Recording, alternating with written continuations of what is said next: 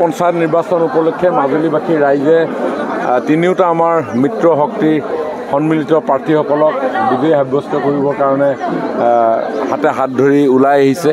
আজি পুৰণি পঞ্চায়তত আমাৰ তিনিওটা দলৰ প্ৰক্ষেপিত প্ৰাৰ্থীসকল জিলা পৰিষদৰ প্ৰাৰ্থীসকল সকলোৱে আমি আমাৰ সন্মানীয় বিধায়ক ডাঙৰীয়া তিনিটা দলৰ নেতৃবৃন্দৰ উপস্থিতিত ৰাইজৰ ওচৰত তেখেতসকলৰ হৈ আমি সকলো ৰাইজৰ সহযোগিতা আমি কামনা কৰিছোঁ আৰু মাজুলীৰ ৰাইজে যোৱা কেন্দ্ৰীয় চৰকাৰ ৰাজ্য চৰকাৰৰ উন্নয়নমূলক যিসমূহ কাম কাজ তেখেতসকলে লাভ কৰিছে, তেওঁলোকে অনুভৱ কৰিছে।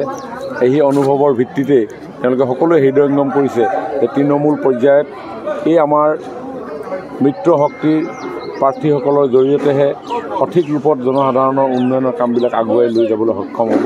কাৰণ বিগত বহুদিনৰ কংগ্ৰেছৰ অপশাসনৰ সাক্ষী মাজুলীৰ ৰাইজ, গতিকে সকলো কনভিন্স যে মাজুলীক আগুৱাই নিবৰ কাৰণে ভাৰতীয় জনতা পাৰ্টীৰ নেতৃত্বহে বদ্ধপৰিকৰভাৱে কাম কৰিব।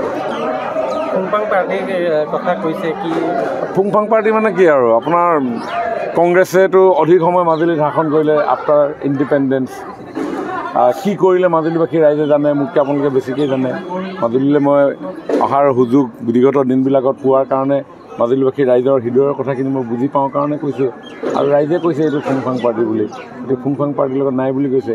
আৰু ফুংফাং পাৰ্টিৰ লগত টায়াৰ টিউব পাৰ্টি এটা জইন হৈছে বুলি কৈছে। তেওঁলোকে ৰাস্তাত তিনিআলি এইবিলাকত টায়াৰ টিউব জ্বলাই থাকে, গতিকে এই ফুংফাং পাৰ্টিবিলাকৰ লগত নাই বুলি কৈছে। মাজুলী ৰাইজ বিজেপি দলৰ লগত আছে, এজিপি দলৰ লগত আছে আৰু গণশক্তি দলৰ লগত আছে। কাক বুজাইছে ফুংফাং পাৰ্টি আৰু টায়াৰ জ্বলোৱা পাৰ্টি? অসমত আৰু টায়াৰ কোনে জ্বলাইছে আপোনালোকেতো জানে। 1,80,00,000 হিন্দু বাংলাদেশী আহিব বুলি অসমৰ ৰাইজক বিভ্ৰান্ত কৰি সমগ্ৰ গতিধাৰা উন্নয়ন স্থবিৰ কৰি কোনে কৰিলে? 2 বছৰ স্তব্ধ। আজি আমি তেতিয়াই প্ৰশ্ন কৰিছিলোঁ 1,80,00,000 হিন্দু বাংলাদেশী ক'ত? কিন্তু মিছা কথাৰ ৰাজনৈতিক দলখনি ইলেকশ্যনত উঠিছে, কংগ্ৰেছৰ লগত টাই আপ কৰিছে, জাতীয়তাবাদৰ নাম লৈছে, অন্যহাতে 755জন হত্যা কৰা কংগ্ৰেছৰ লগত মিত্ৰতা কৰিছে। লাখ লাখ টকাৰ বিনিময়ত নহ'লে এটা চৰকাৰৰ চাকৰি দিব নোৱাৰা নৱপ্ৰজন্মক বুঢ়া আঙুলি দেখুওৱা কংগ্ৰেছৰ লগত জাতীয়তাবাদৰ লগত মিত্ৰতা কৰা পাৰ্টিবিলাককে কৈছে ফুংফাং পাৰ্টি। আপোনালোকে ভাবি লওক কোন সেইকাৰণেতো কৈছে টিকেট বেচা কিনা 20 লাখ টকাত, জিলা পৰিষদ আঞ্চলিক পৰিষদ 5 লাখ টকাত। এই ফুংফাং পাৰ্টি নহয়, কি পাৰ্টি? আমাৰ ভাৰতীয় জনতা পাৰ্টীৰ কাৰ্যকৰ্তাসকলক সন্মান সহকাৰে শ্ৰদ্ধা সহকাৰে ৰাইজৰ সেৱা কৰিবৰ কাৰণে আগুৱাই দিছোঁ। কোনেওতো ক'ব পৰা নাই ইমান আজি আনকণ্টেষ্ট জিকিছে বিজেপি দলৰ কাৰ্যকৰ্তাসকল, মিত্ৰজোঁটৰ কাৰ্যকৰ্তাসকল।